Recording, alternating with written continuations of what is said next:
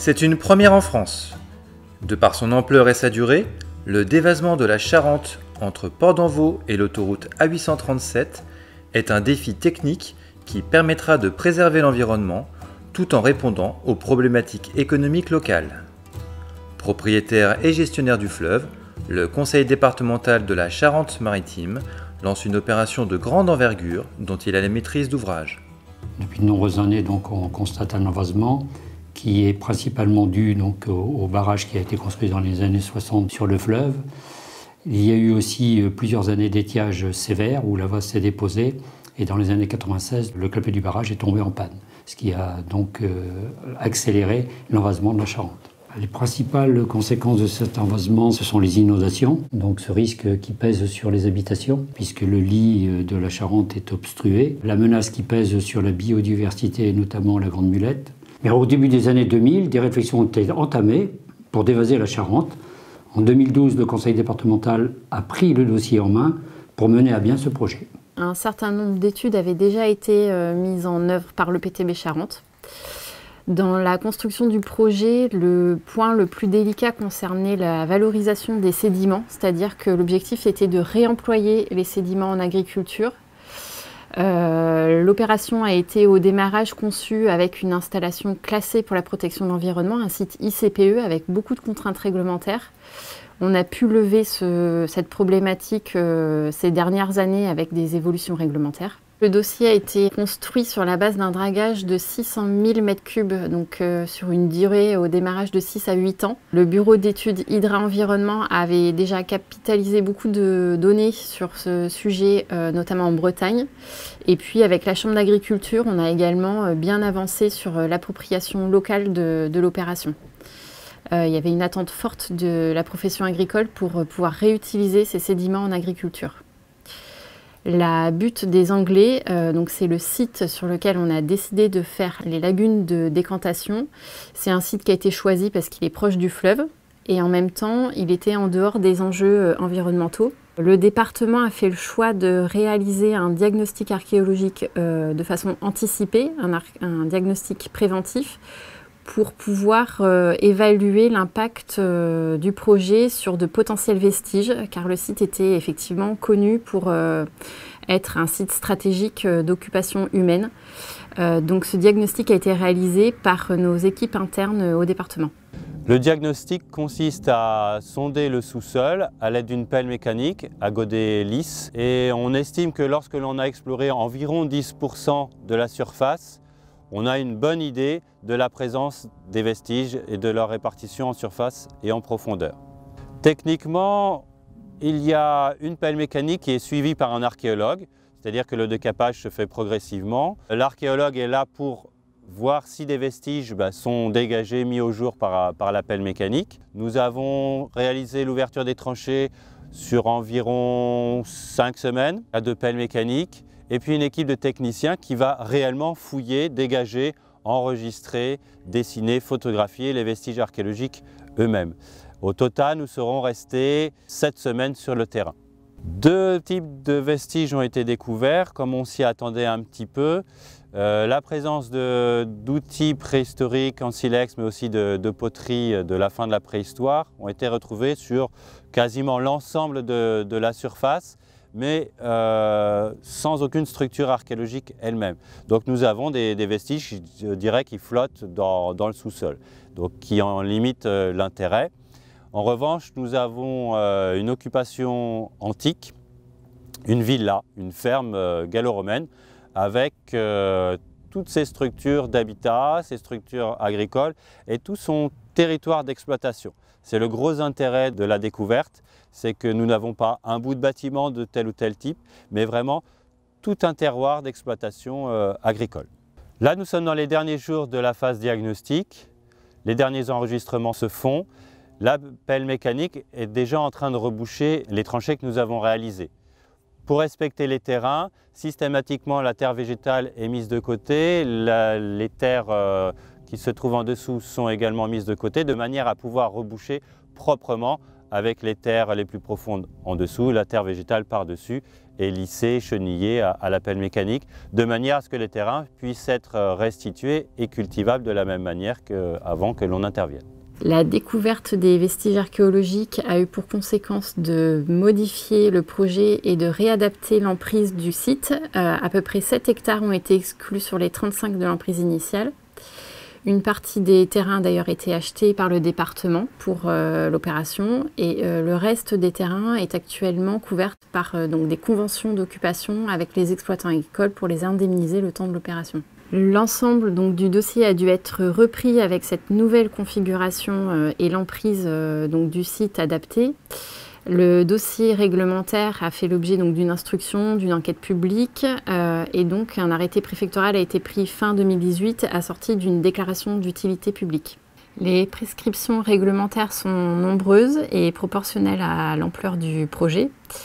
La particularité de ce dossier, c'est qu'on a une prescription pour de l'archéologie subaquatique afin de vérifier tout au long du dragage que le département n'impacte pas les vestiges archéologiques du fleuve Charente.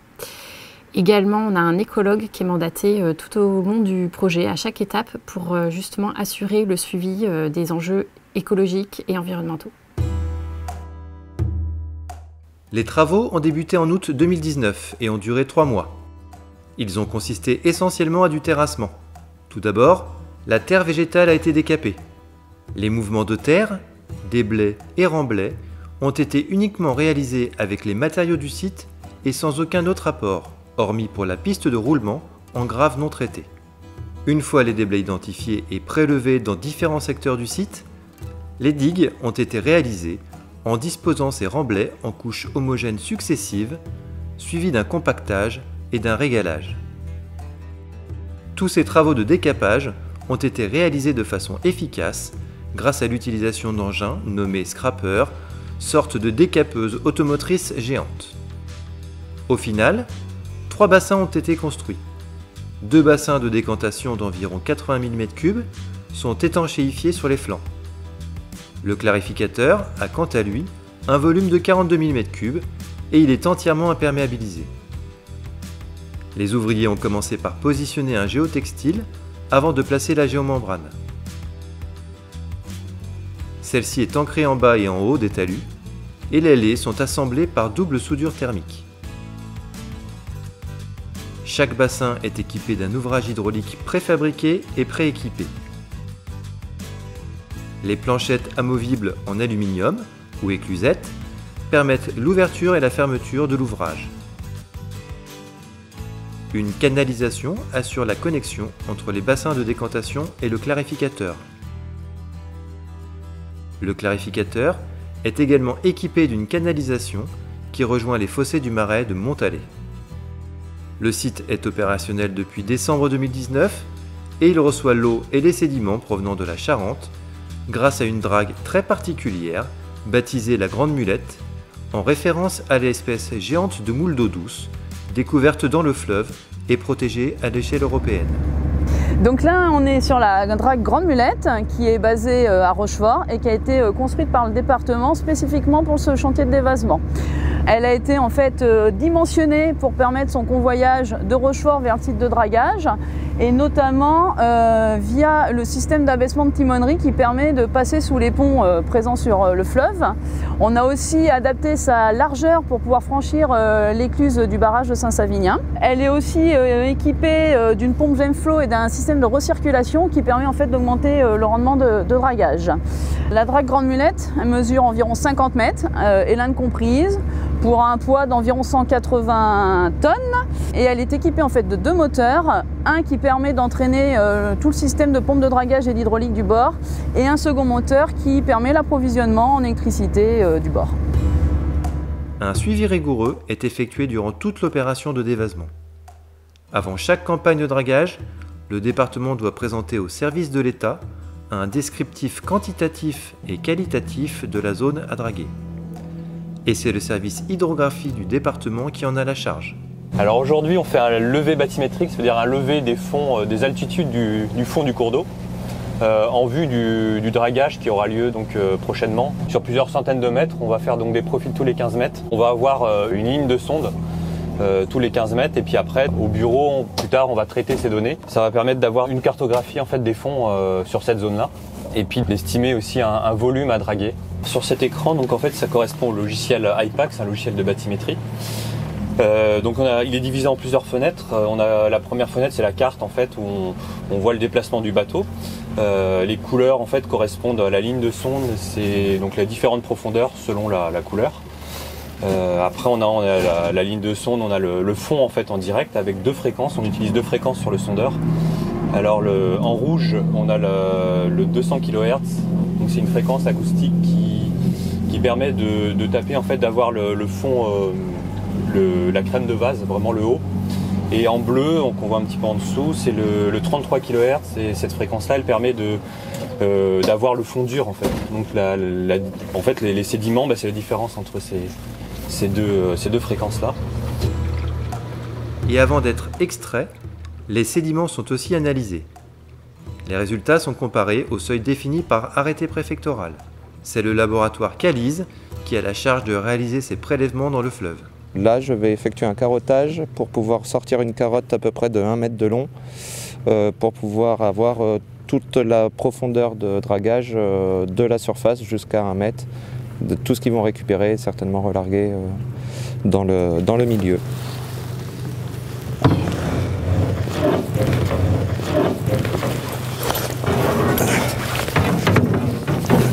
Donc là, on va récupérer la carotte de sédiment.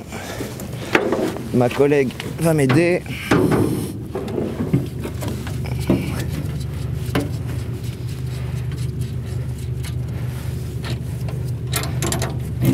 On va voir si on a bien travaillé.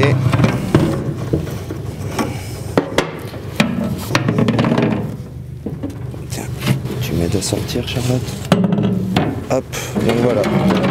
Là, on a réussi à avoir toute la profondeur de vase. Et donc, ma collègue va mettre du parafilm. Donc on met un morceau de parafilm parce que c'est hydrophobe. Et donc comme ça altère aucune analyse sur le sédiment.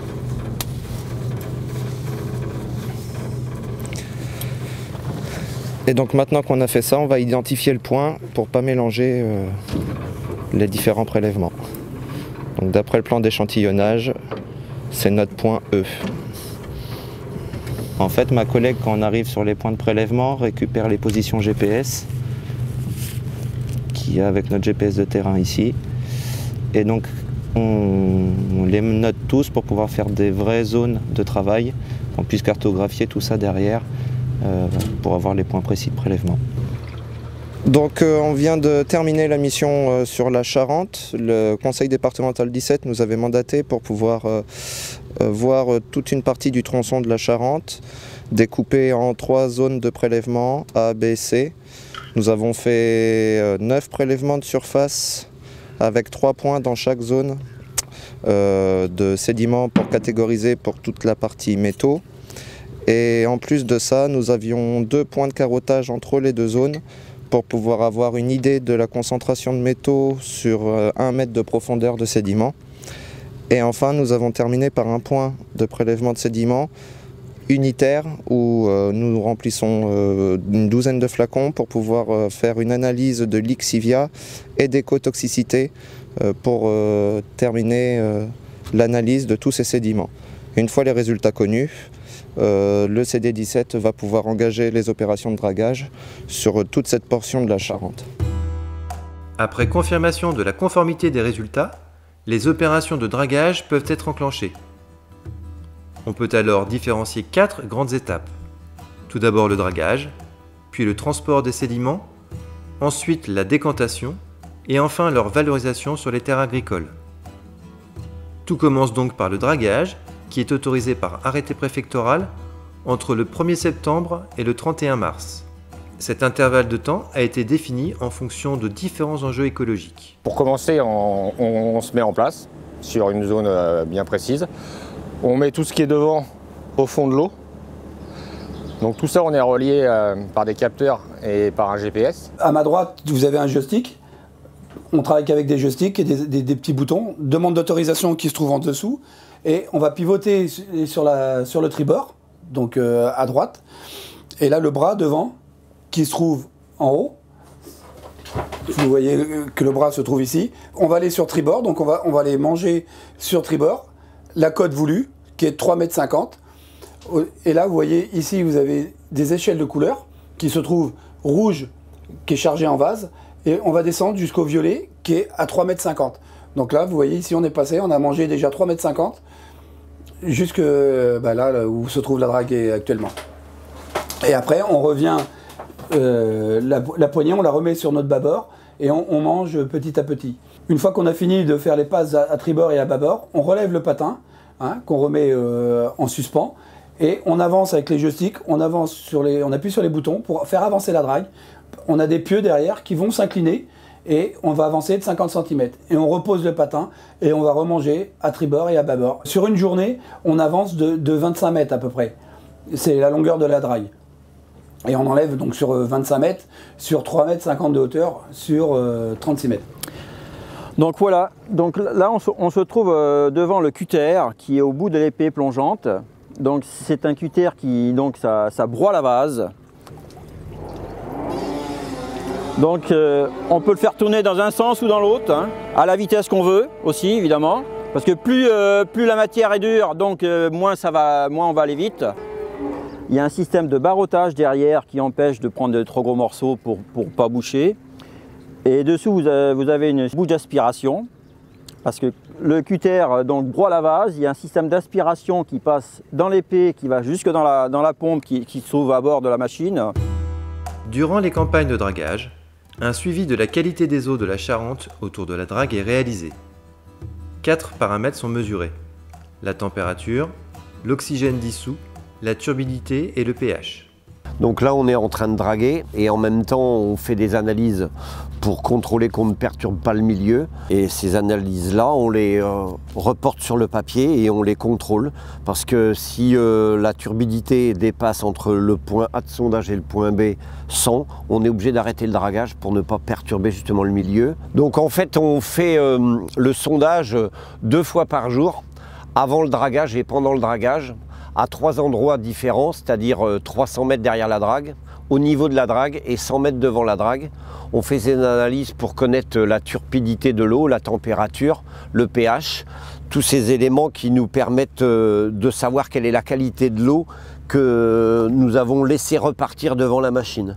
Donc on plonge une sonde dans l'eau et on a une connexion en Bluetooth sur le téléphone avec une application qui nous permet de relever tous ces éléments qui nous sont indispensables. La seconde étape de l'opération consiste à transporter la mixture. Refoulée par la drague, celle-ci est transportée vers le site de décantation via une tuyauterie. Au départ, la canalisation flotte sur la Charente, puis elle est ensuite connectée à une canalisation à terre. Et comme la drague va se déplacer de plusieurs kilomètres au fur et à mesure des campagnes de dévasement, plusieurs trajets au sol ont été prévus. Donc on se trouve ici sur le site de la butte des Anglais à Saint-Savinien, où se déroule la troisième étape qui est la décantation des sédiments. Donc il y a un mélange qui arrive de la drague par les canalisations. Donc c'est une mixture qui comprend, comme on peut le voir, des sédiments et de l'eau. On a à peu près 20% de sédiments, 80% d'eau. Lorsque un bassin est plein, on remplit donc le second. On alterne sur 2 bassins. Donc au niveau du point d'arrivée jusqu'au point de rejet, on a un temps de séjour de plusieurs jours qui permet en fait aux sédiments de décanter, donc c'est-à-dire de se déposer au fond du bassin, et l'eau claire reste en surface et ensuite elle va être évacuée vers le clarificateur. Donc là on se trouve au point de rejet du bassin de décantation. Donc là, comme on voit, le bassin donc est rempli d'eau et de sédiments. Les sédiments donc ont eu le temps de décanter, donc là on va vider l'eau claire de surface vers le clarificateur. Donc là je vais descendre, je vais donc enlever les éclusettes, c'est des planchettes donc qui sont dans l'ouvrage hydraulique. Donc je vais les enlever une par une pour que l'eau puisse s'évacuer vers le clarificateur.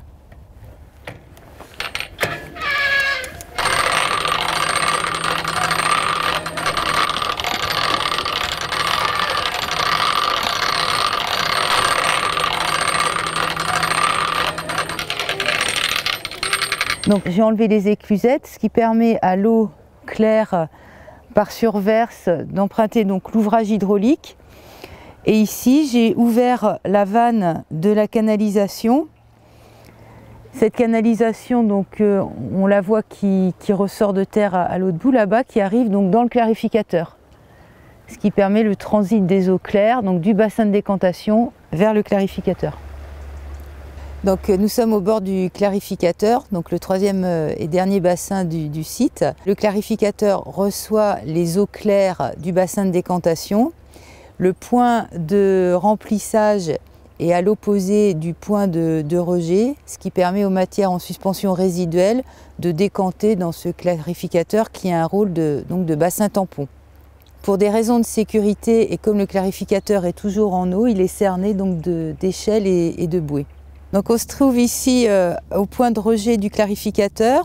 Donc au niveau de l'ouvrage hydraulique, les eaux du clarificateur passent par surverse au-dessus des éclusettes.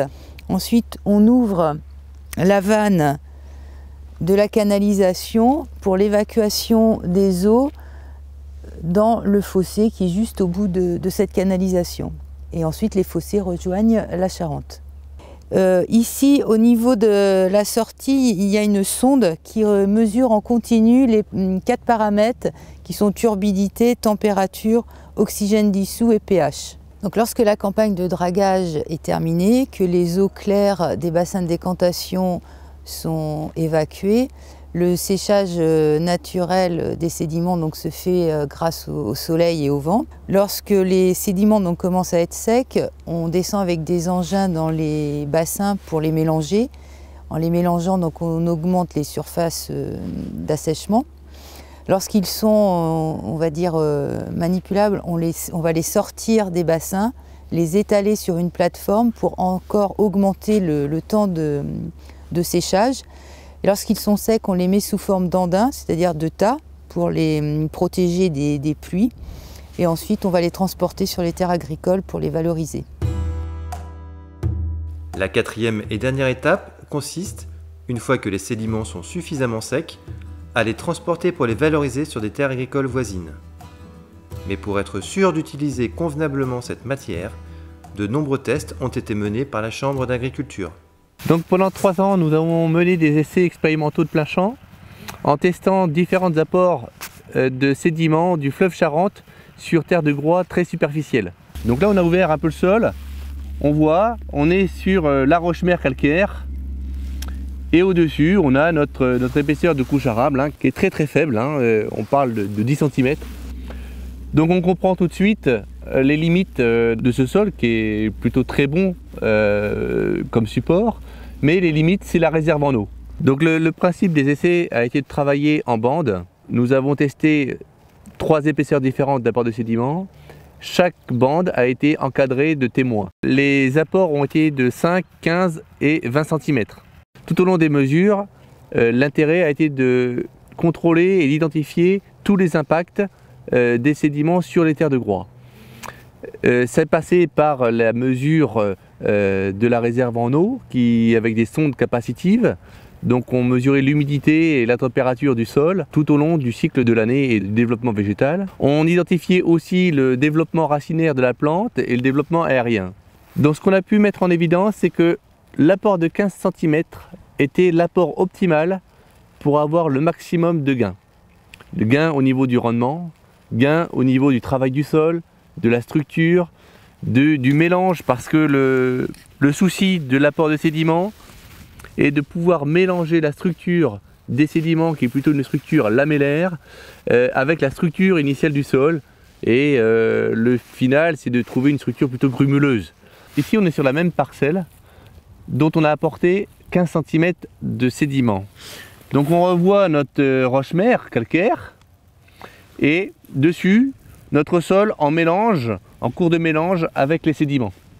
Et on comprend vite que la réserve en eau de ce sol, de ce nouveau sol, est beaucoup plus importante et que par conséquent le risque de stress hydrique des plantes va être diminué considérablement.